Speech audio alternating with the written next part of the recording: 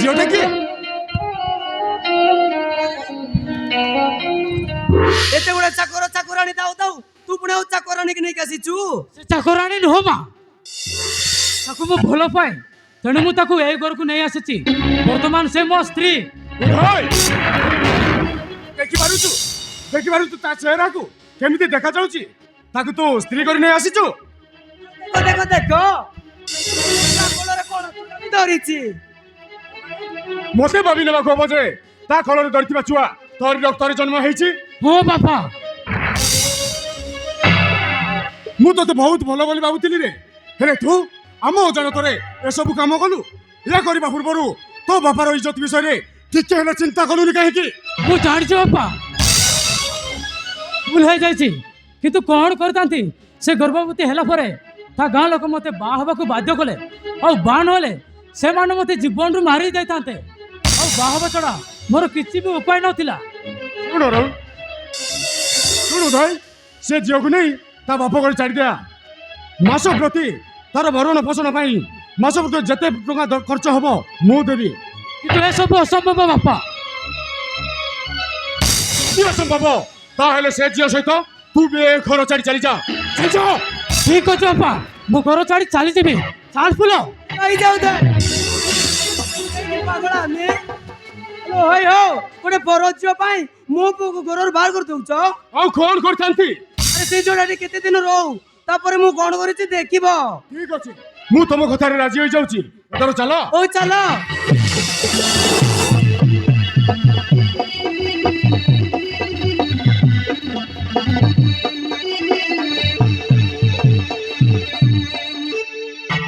ଦେଖିଲ ତ ବାପା, ତମ ବାପା ମା କଣ ସବୁ କହିଗଲେ, ସେଥିପାଇଁ ତମ ଘରକୁ ଆସିବାକୁ ମୁଁ ମନା କରୁଥିଲି। ଏଇ ଘରେ ଖା ପାଖରେ ବି ମଣିଷ ପୁଣିଆ ନାହିଁ, ତେଣୁ କିଏ କାହାର ମନ କଥା ବୁଝିପାରନ୍ତିନି। ଦେଖିବ ଧୀରେ ଧୀରେ ସବୁ ଠିକ ହେଇଯିବ।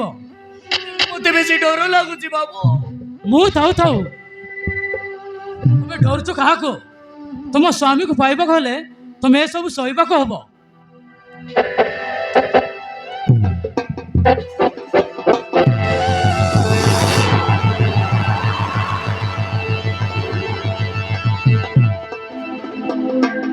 ହ୍ୟାଲୋ ଉଦୟ ବାବୁ, ମୁଁ ଶୁଣିଲି ତମେ କାହାକୁ ନ ଜଣାଇ ଗୋଟେ ବୋହୂକୁ ନେଇ ଆଣିଛ।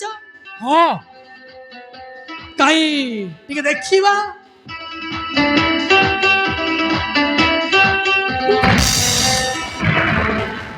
ଇଲୋ ମା କି ଗନ୍ଧ! କଣ ହେଲା? ଏମିତି ବାନ୍ତି କରୁଛ କାହିଁକି? ମୋର କିଛି ହେଇନି ମ, ମୋର କିଛି ହେଇନି। ଦେଖିଲ ଗୋଟେ ବିଶ୍ୱ ସୁନ୍ଦରୀ କି ନେଇ ଆସିଛ। ଏ ଦୁନିଆରେ କଣ କୋଉଠି ଝିଅ ମିଳିଲେନି? ଆରେ ସେ ଅସୁନ୍ଦରୀ ହେଇପାରେ, କିନ୍ତୁ ତମ ପରି ବେଇମାନ ଧୋକାବାଜ ଝିଅ ନୁହେଁ। ତମେ ସିନା ଜଣଙ୍କୁ ଭଲ ପାଇ ନିଜ ମାତ୍ର ପାଇଁ ଅନ୍ୟ ଜଣଙ୍କୁ ବାହା ହେଇଯିବ, କିନ୍ତୁ ସେ ସେମିତି ଝିଅ ନୁହଁ। କହିଲେ ତ ବାନ୍ତି ଯାଉଛି ଆଉ। ଏ ମିଷ୍ଟର ଉଦୟ, ଏ କଥା ଯଦି କାହାକୁ କହିବୁ ତାହେଲେ ପ୍ରଳୟ କରିଦେବି। ପ୍ରଳୟ। ମୁଁ ଆଲିସା ନୁହେଁ, ବିଶ୍ୱକନ୍ୟା।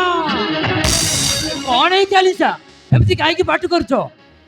କଣ ଆଉ ହବ, ତମ ଗେଲା ଭାଇ ଗୋଟେ ବୋଉ ନେଇକି ଆସିଛି। ଖାଲି ସେତିକି ନୁହେଁ, ମା ଛୁଆ ସାଙ୍ଗରେ ନେଇ ଆସିଛି।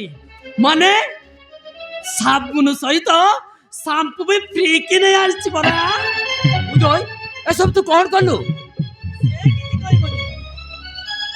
ସେ କଣ କହିବ? ସେ କିଛି କହିବନି। ହ୍ୟାଲୋ ହ୍ୟାଲୋ, ଏ ଦେଢ଼ଶୁର ଆସିଛି ପରା, ଟିକେ ମୋ ଦେଖେଇ ଦଉନା। ଦେଖା ଦେଖା।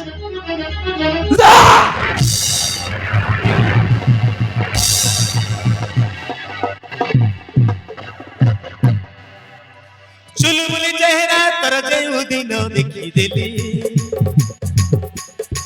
धीरे धीरे तो पाई मु दीवाना गली। मोर मन देई तोते निजर मुख फसी गली गरी तो प्रेम रे फसी गली। पाई गली प्रिया तोते भल पाई गली, तोते भल पाई गली, तो ପ୍ରେମରେ ଫସି ଗଲି।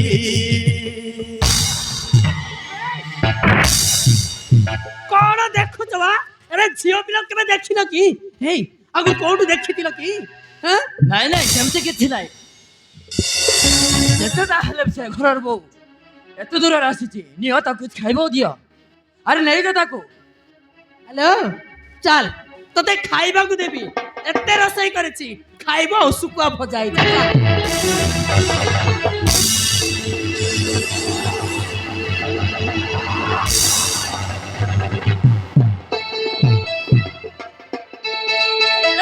ଏସବୁ କଣ କଲୁ?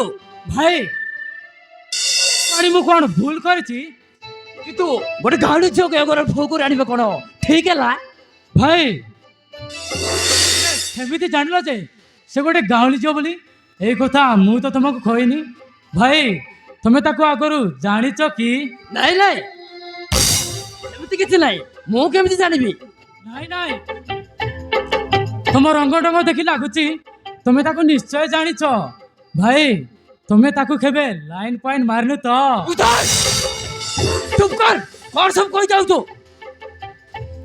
କଣ ରାଗିଗଲ କି? ମୁଁ ଏମିତି କହିଦେଲି ନା ଆଉ।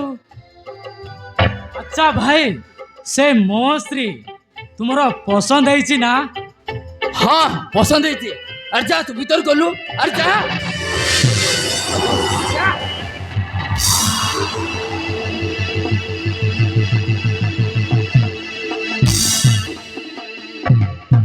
ଆରେ ଏସବୁ କଣ ହେଇଗଲା? ଏ ଫୁଲକୁ ତ ମୁଁ ଭଲ ପାଉଥିଲି, ଆଉ ଏ ଉଦୟ କେତେବେଳେ ଭଲ ପାଉଥିଲା? ଯଦି ଫୁଲ ଉଦୟକୁ ଭଲ ପାଉଥିଲା ତାହେଲେ କଥା ଫୁଲ ମତେ କହିନଥିଲା କାହିଁକି? ନା, ଏଇ କଥା ଯଦି ଫୁଲ ଘର ଲୋକ କହିଦବ ତାହେଲେ ବହୁତ ବଡ଼ ଅସୁବିଧା ହେଇଯିବ। ନା, ଘଟଣାରେ କଣ ମତେ ଜାଣିବାକୁ ହବ। ହଁ ମତେ ଜାଣିବାକୁ ହବ।